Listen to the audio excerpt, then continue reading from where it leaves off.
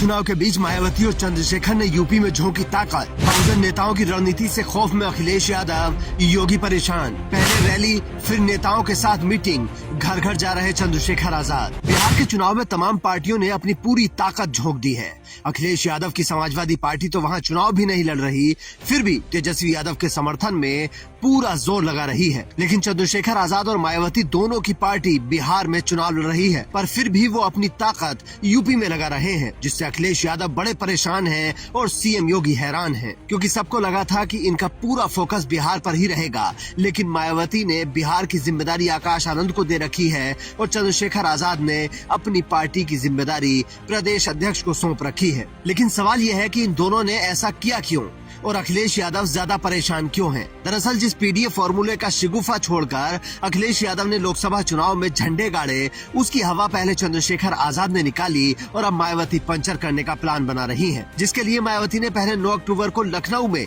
जबरदस्त रैली की, जिसमें लाखों लोग पहुंचे। उसके बाद उन्होंने तमाम नेताओं की मीटिंग लेकर उन्हें एक्टिव किया और अब मायावती ने मुस्लिम नेताओं के साथ दलित नेताओं की अलग से मीटिंग ली है, जिसमें साफ तौर पर कहा गया है कि घरों से बाहर निकलो। दूसरी तरफ चंद्रशेखर आजाद ने पश्चिमी यूपी में ही कैंप कर लिया है और अपने कार्यकर्ताओं को जगाने के लिए हड़का भी रहे हैं। जो लोग मुझे नेता मानते हैं, जो लोग मेरे जैसा बनना चाहते हैं,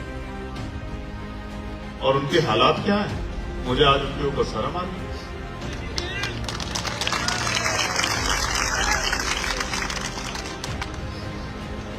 मैं तो आज भी ये कहूंगा कि तुम सब नेताओं से अच्छे तो मेरे दोनों भाई हैं, विनय सिंह जी और कमल सिंह जी, जो आज भी मेरे साथ उतनी ताकत से खड़े, जो मेरी एक आवाज पे, अगर मैंने एक आवाज लगा दी तो फोन की, अगर मुझे फोन की जरूरत पड़ेगी तो फोन की, मुझे लगता है कि अपना सारा फोन मेरे लिए निछावर कर देंगे।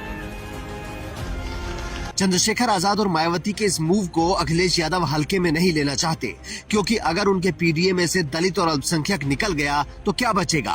कुछ भी नहीं। पिछले चुनाव में करीब 90% मुसलमानों ने समाजवादी पार्टी को वोट दिया था, लेकिन क्या वो अब संभव हो पाएगा, ये कहना मुश्किल है। इसीलिए रैली के दौरान मायावती की जुबान पर बीजेपी से ज्यादा अखिलेश यादव थे। मैं सपा मुखिया अखिलेश यादव से मैं ये पूछना चाहती हूँ, यदि मान्यवर श्री कांशीराम जी के प्रति आपका इतना ही आदर सम्मान था, तो जब यूपी में मेरी सरकार थी तो मेरी सरकार ने अलीगढ़ मंडल में कासगंज के नाम से अलग से जिला बनाया।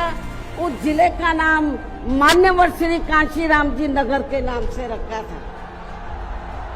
लेकिन जैसे ही समाजवादी पार्टी पावर में आई, उन्होंने नाम बदल दिया। मान्यवर श्री कांशीराम जी के नाम पर हमने कॉलेज, यूनिवर्सिटी, अनेकों संस्थानों के नाम रखे, अनेकों संस्थानों के नाम रखे, जनहित की योजनाएं शुरू की। सारी के सारी समाज, अधिकांश जो बड़ी बड़ी योजनाएं थी वो सभी के सभी इन्होंने बंद कर दी समाजवादी पार्टी की सरकार ने। जब ये सत्ता में रहते हैं, ना इनको पीडीए याद आता है और ना पीडीए के जो संत गुरु और महापुरुष है वो भी याद नहीं आते हैं। अब चंद्रशेखर आजाद ने भी 30 नवंबर को मुजफ्फरनगर में एक बड़ी रैली का ऐलान किया है। मतलब अखिलेश यादव के नेता बिहार में लगे हैं और यूपी में बसपा असपा खेल कर रही हैं। मुख्यमंत्री योगी आदित्यनाथ भी बिहार प्रचार में लगे हैं। वैसे चंद्रशेखर आजाद ने ओवैसी के साथ गठबंधन करके अखिलेश यादव की परेशानियों को और बढ़ा दिया है। अब उसी गठबंधन ने बसपा को समर्थन कर दिया तो मामला और सीरियस हो गया। आप भी कमेंट करके अपनी राय दे सकते हैं कि इस बार 2027 के विधानसभा चुनाव में यूपी में किसकी कितनी सीटें आ सकती हैं और मुख्यमंत्री कौन बन सकता है। Bureau report, Indian news.